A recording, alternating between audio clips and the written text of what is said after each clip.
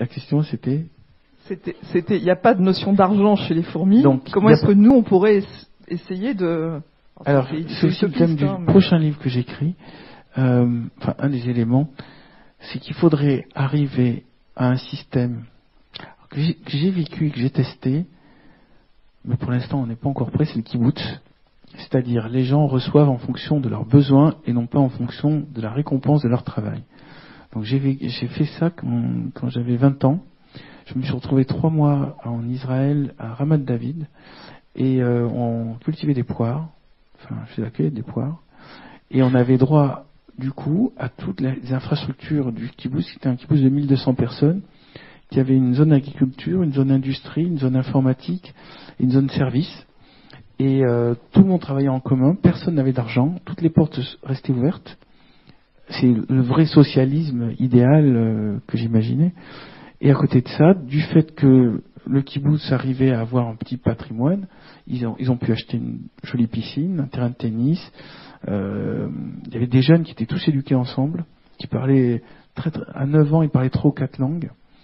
Et j'ai vu un système qui marchait parfaitement, sans argent.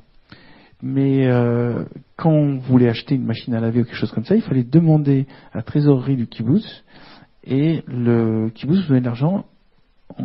C'est la trésorière qui considérait est-ce que c'était du superflu ou de l'indispensable. Mais la plupart des gens achetaient tout ce qu'ils voulaient.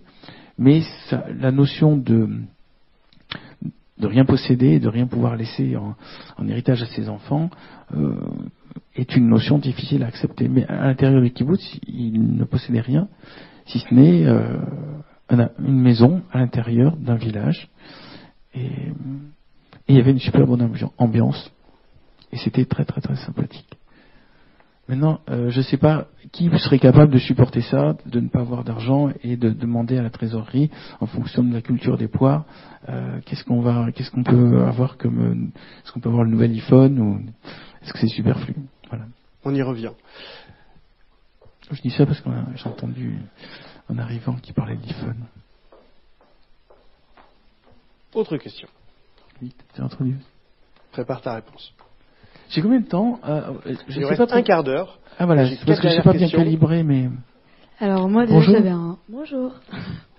Alors déjà j'avais un petit commentaire. Vous parliez là des kibbutz. Et imaginons une personne qui naît dans ce kibbutz, qui se sent enfermé finalement par ce système de kibbutz. Il n'est pas heureux. Comment il fait pour partir? Ils peuvent partir librement. Ils donnent une somme d'argent pour les aider à s'adapter. Enfin, au kibbutz où j'étais, je ne sais pas comment ça fonctionne dans les autres, mais c'est pas une prison. Ah mais bien sûr, mais du coup je me demandais. Mais s'ils veulent partir, ils ont une petite somme et puis ils doivent se démerder avec, quoi. Mais à tout moment, tous les membres peuvent partir. D'ailleurs, il y en avait qui partaient, d'autres qui arrivaient. C'est pas un système étanche. Okay, bon, du coup, on a testé un peu ça aussi en France, les communautés hippies, hein. Mais seulement les communautés hippies, c'était toujours les mêmes qui faisaient la vaisselle et les mêmes qui fumaient des pétards. Alors au bout d'un moment, ça a agacé ceux qui faisaient la vaisselle.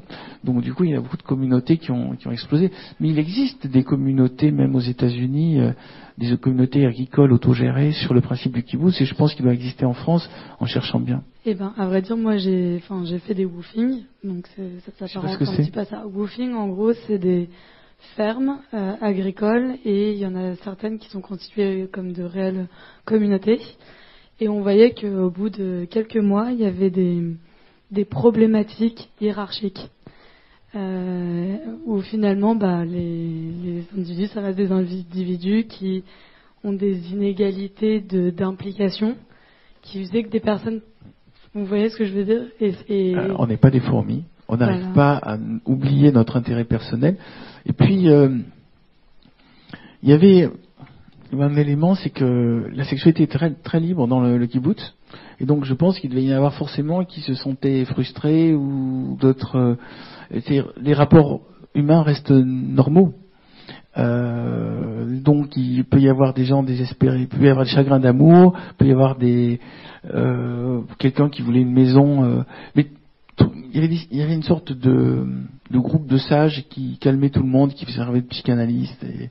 Et au final, on tombe dans un système tribal moderne. Mais il faut que tout le monde joue le jeu, et ceux qui sont dire, un peu fragiles, ça va les aider, mais ça peut pas résoudre tous les problèmes.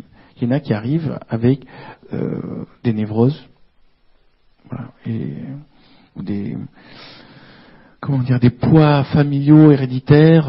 On peut pas d'un coup faire que tout le monde soit neuf et que tout le monde soit propre et tout le monde soit motivé, et que tout le monde ait envie de bâtir une société meilleure dans l'effort collectif.